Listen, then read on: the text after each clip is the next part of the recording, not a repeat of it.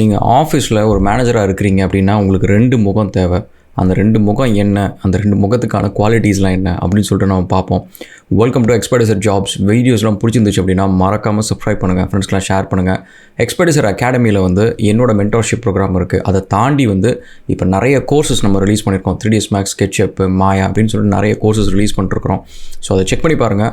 Skill development தான் guys future. So நீங்கள் AI பற்றி பயப்படுறீங்க அப்படின்னா ஸ்கில் கம்மியாக இருக்குன்னு அர்த்தம். ஸ்கில் டெவலப் பண்ணிக்கோங்க. So that will safeguard your future. Okay, நம்ம ஆஃபீஸில் நீங்கள் ஒரு மேனேஜராக ஒர்க் பண்ணுறீங்க, டீம் லீடராகவோ இல்லை ஒரு மேனேஜரல் பொசிஷனில் நீங்கள் இருக்கிறீங்க அப்படின்றப்ப நிறைய நேரம் நம்ம எப்படி பண்ணாலும் என்ன ஸ்ட்ராட்டஜி ட்ரை பண்ணாலும் நம்ம ஏதோ அந்த வேலையில் நம்ம சரியாக பண்ணாத மாதிரியே இருக்கே அப்படின்னு சொல்லிட்டு ஒன்று இருக்கும். அதுக்கு நீங்கள் பார்த்தீங்கன்னா நிறைய நேரம் நம்ம ஒரே மாதிரி ஒரு செட் ஆஃப் குவாலிட்டிஸை நம்ம எல்லாருக்கிட்டையும் மொத்தமாக இதே மாதிரி தானா அப்படின்ற மாதிரி நம்ம யூஸ் பண்ணுவோம். அது it is not gonna work. ஜென்ரலாக பார்த்தீங்கன்னா நீங்கள் 2 முகம் வச்சுக்கணும் கைஸ். அந்த 2 முகம் எதுக்கு அப்படின்னு பார்த்தீங்கன்னா, உங்களோட மேனேஜரல் பொசிஷனில் சில பேர் உங்களுக்கு மேலே இருப்பாங்க, சில பேர் உங்களுக்கு கீழே இருப்பாங்க.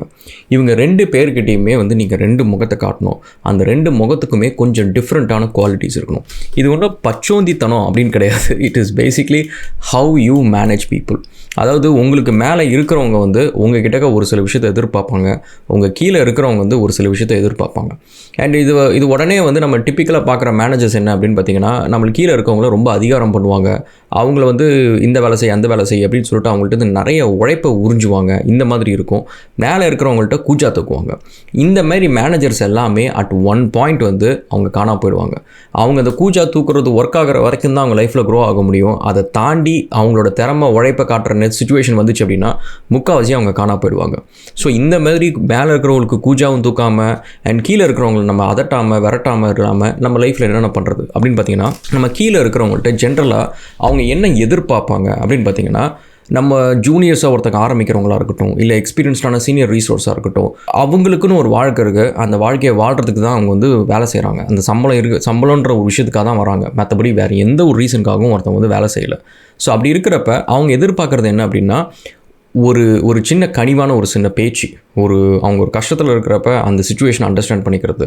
அட் தி சேம் டைம் அவங்க என்ன சொன்னாலும் நம்புகிற மாதிரி நம்மளும் இருக்கக்கூடாது.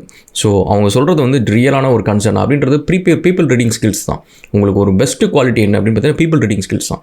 அவங்களோட சிச்சுவேஷனை ஒரிஜினலாக நீங்கள் அண்டர்ஸ்டாண்ட் பண்ணிட்டு சப்போர்ட்டிவாக இருந்தாலே போதும். உங்கள் டீம் உங்களுக்காக வேலை செய்யும். அவங்களுக்காக வேலை செய்கிறத தாண்டி உங்களுக்காக வேலை செய்ய ஆரம்பிச்சிடும். ஸோ முதல்ல ஒரு கைண்ட்னஸ். ஆக்சுவலி இது பற்றி நான் ஆஸ்ட்ரகுலன் சேனலில் செப்பரேட்டாக ஒரு வீடியோவை நான் போட்டிருந்தேன். கருணை அப்படின்றது உலகத்திலேயே மோஸ்ட் பவர்ஃபுல்லான ஒரு வெப்பன். அதை நீங்கள் வெப்பனைஸ் பண்ண தெரிஞ்சு அதை யூஸ் பண்ண தெரிஞ்சிச்சு அப்படின்னா you will rule the world. இன்றைக்கி நீங்கள் எந்த ஊரில் இருந்தாலும் சரி, உங்களை ஆள்ற பொலிட்டீஷியன் எதை வச்சு அந்த பவருக்கு வந்தாங்க, அவங்களுக்கு எப்படி அந்த பவரை மக்கள் கொடுத்தாங்க அப்படின்னு பார்த்தீங்கன்னா, இந்த கருணை அப்படின்ற ஒரு விஷயத்தை அவங்க நல்லா தெளிவாக யூஸ் பண்ண தெரிஞ்சவங்களாக இருப்பாங்க. அந்த கருணையே இல்லாதவங்க கூட இருப்பாங்க, ஆனால் அந்த கருணையை யூஸ் பண்ண தெரிஞ்சவங்களாக இருப்பாங்க. ஸோ அதனால் கருணையை நிஜமாக யூஸ் பண்ண தெரிஞ்சவங்க என்னவாவாங்க அப்படின்னு பார்த்தீங்கன்னா, கிட்டத்தட்ட கடவுளுக்கு ஈக்குவலண்ட் ஆகிடுவாங்க.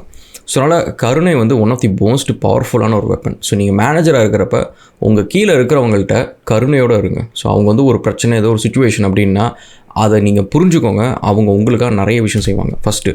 செகண்ட் உங்களை வெறுமனையாக ஒரு மேலே இருக்கிற ஒரு மேனேஜரு அப்படின்ற மாதிரி பார்க்காம உங்களை ஒரு டெக்னிக்கல் டீம் உங்களுக்கு கீழே இருக்குது அப்படின்னா அவங்க உங்களை ஒரு மென்டராகவும் பார்க்கணும். அவங்க ஏதோ ஒரு சுச்சுவேஷன் ஸ்டக் ஆகிட்டாங்க அப்படின்ற ஒரு இடத்துல உங்கள் கிட்டக்க அவங்க வராமல் வேறு யார்கிட்டயே அது போகிறாங்க, இல்லை வேறு ஏதோ ஒரு சோர்ஸில் இன்ஃபர்மேஷன் கொடுக்குறாங்க அப்படின்றப்ப நீங்கள் அந்த விஷயத்தை டெக்னிக்கலாக கேப்பபிளாக இல்லாமல் இருக்கிறீங்க அப்படின்றதுக்கான ஒரு அர்த்தம். இதுக்கு நிறைய மேனேஜர்ஸ் என்ன பண்ணுறதுக்கான காரணம் இதுக்கு என்ன அப்படின்னு பார்த்தீங்கன்னா, அவங்களோட வளர்ச்சியை அவங்க மேனேஜர் பொசிஷன் போனதுக்கப்புறம் டெக்னிக்கலாக அவங்க படிக்கிறதையோ நாலேஜ் அப்கிரேட் பண்ணுறதையோ விட்டுட்டு பழசையே திரும்ப பேசிகிட்டு இருப்பாங்க. இது உங்கள் டீமுக்கு உங்கள் மேலே இருக்கிற ஒரு கான்ஃபிடன்ஸ் எடுத்துரும். ஒரு எக்ஸாம்பிள் சொல்லணும்னு வச்சுக்கோங்களேன். நிறைய படத்தில் ஹாலிவுட் படத்துலையும் இருக்கட்டும், நம்ம ஊர் படத்தில் தான். ஸோ படத்தில் நீங்கள் கவனிச்சிங்கன்னா ஒரு படம் நான் சொல்கிறேன், இண்டிபெண்டன்ஸ் டே அப்படின்ற ஒரு படம்.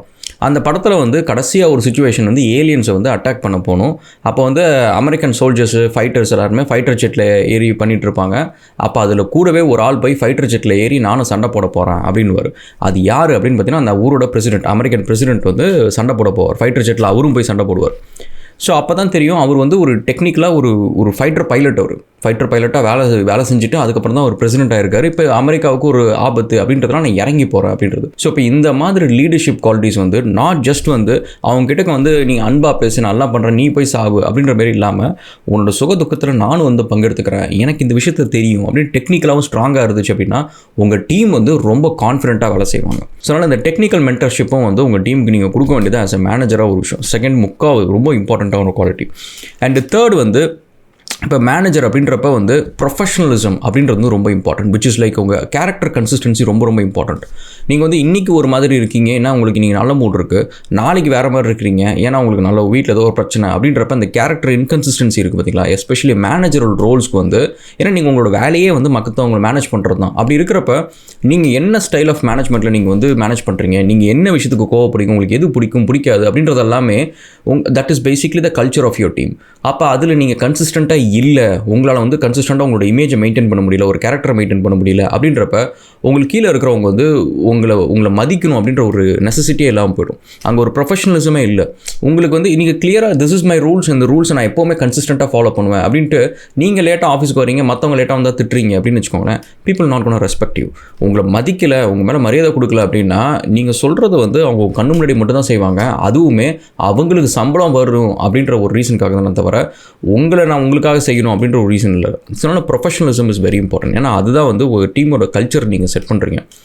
அண்ட் நெக்ஸ்ட்டு வந்து உங்கள் டீம், உங்களுக்கு கீழே இருக்கிற டீம் வந்து உங்கள் கிட்டே எதை எதிர்பார்ப்பாங்க ஒரு விஷயத்தை அப்படின்னு பார்த்தீங்கன்னா, அதாவது ஒரு மேனேஜர்ன்றது நிறைய கம்பெனிஸில் வந்து ஒரு வேலையாக மாறிடுச்சு. இப்போ ப்ரிட்டி மச் வந்து அவங்களுக்கு ஒரு லீடர்ஷிப் குவாலிட்டிஸே இருக்காது.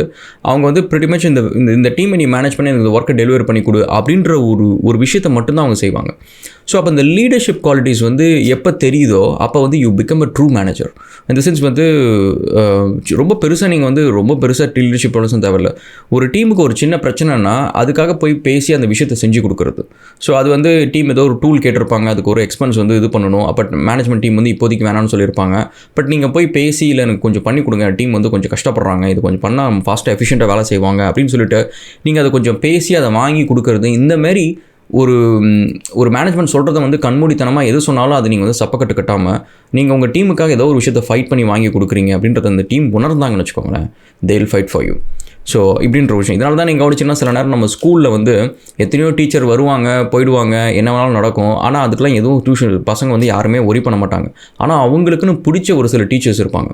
அந்த டீச்சர்ஸ்க்கு ஏதாவது ஒன்று, அந்த டீச்சர்ஸ் வேலையை விட்டு போகிறாங்க அப்படின்னா பசங்க எல்லாருக்கும் ரொம்ப கஷ்டமாக இருக்கும். So that is basically sign of leadership. அந்த லீடர்ஷிப் பின்னாடி வந்து ஆட்டோமேட்டிக்காக மக்கள் போக ஆரம்பிப்பாங்க.